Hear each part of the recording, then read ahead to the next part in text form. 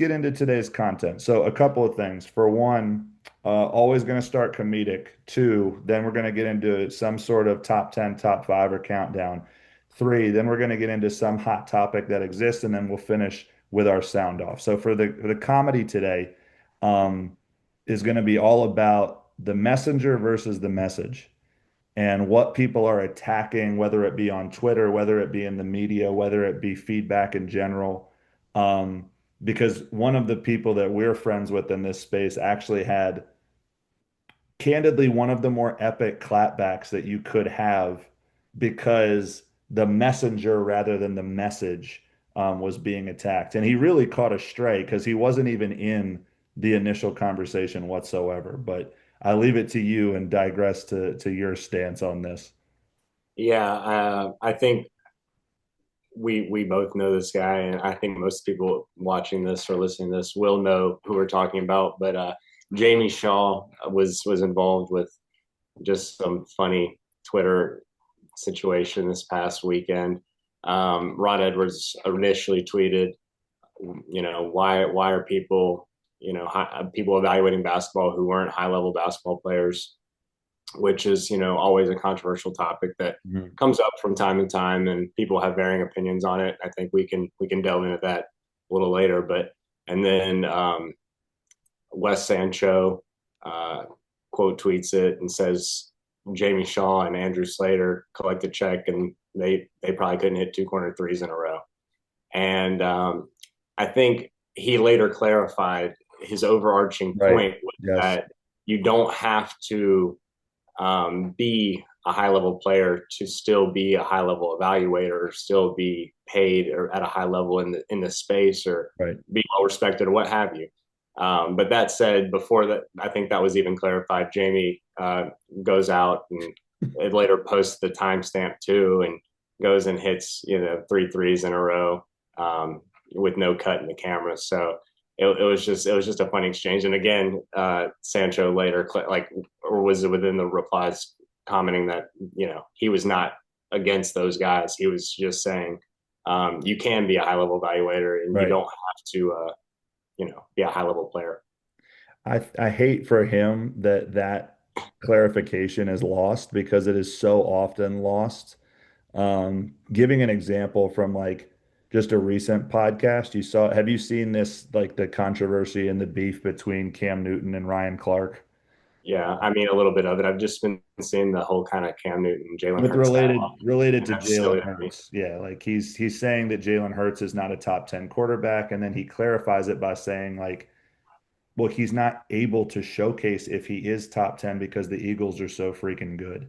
And like that point is valid.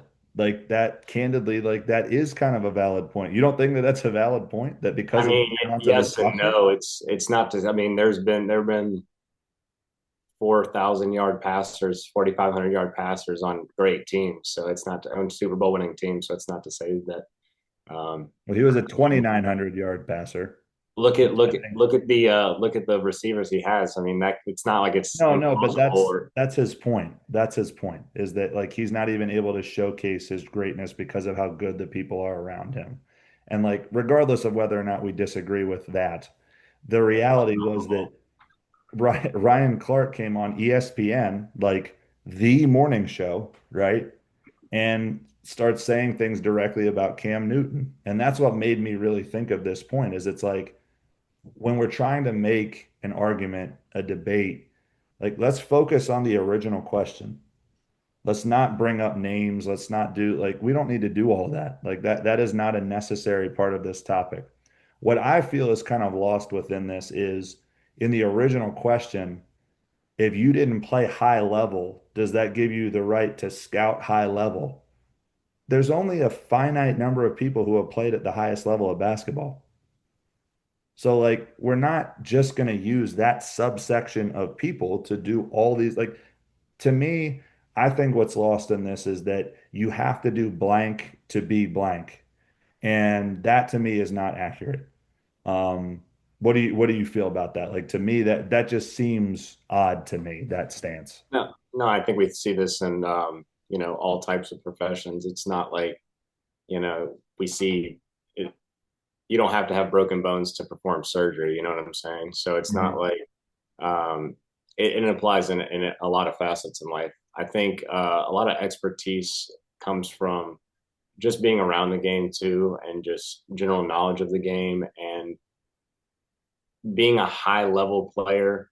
Um, I think that kind of is an interesting separator because a lot of those guys aren't high level coaches or high level evaluators themselves or high level anything.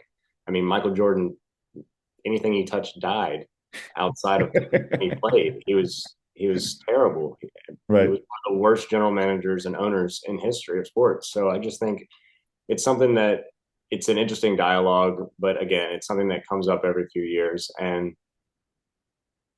it's not difficult to tell who knows what they're talking about and who knows about basketball and who's been around the game. So I think that's just kind of the overarching point for me for that. Yeah, the like the level of kind of honesty, integrity, like within this space, it really transcends all professions, is what I should say. Like well-respected people aren't necessarily all NBA players and vice versa. And like I'm here to tell you this right now, having seen it firsthand, there's some pros out there that coach, and I will coach circles around you. Like I don't care. I don't care. I don't care where you played, how many rings you have, Hall of Fame, this, that, and that. I do not care. Like I'm talking the ability to reach a team to be the best version of themselves with great execution, with great defensive intensity, support. Like I'm telling you, like I'm not backing down from a pro because you played at the highest level of basketball. In fact, it actually wants me to outcoach you more. Right. And so to me, I think that it depends. Now, is it a little bit different in writing with media today? A little bit because it's so public, um, and everything is scrutinized and just different levels. But I don't know. I just think that it can be short-sighted to say like, you know, in this situation, this person has to have X, Y, and Z on their resume. Now, that being said, for certain topics, for certain experiences, I do think that your what the level is that you're at does matter. Sure. Um, there's certain things within the locker room that just it's a different perspective. So I understand that 100%. And I think the frustration lies in the fact that rankings matter so much more now. They're so much more public, and people are like, "Yo, what is the deal with this? Why aren't they seeing this, this, and this?" I don't know. I think that to me, it just goes back to do your thing and run your race, and we just move forward from there. Yeah. I mean, like kind of like you said, things are so public now. People want to have opinions, and people want to have opinions about opinions. So ultimately, it's just, especially now with things being, so many mixtapes and Twitter and social Sure. media in general.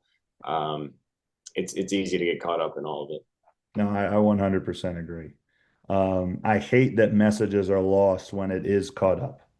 That's my thing is like Jamie's response was hilarious and it was appropriate.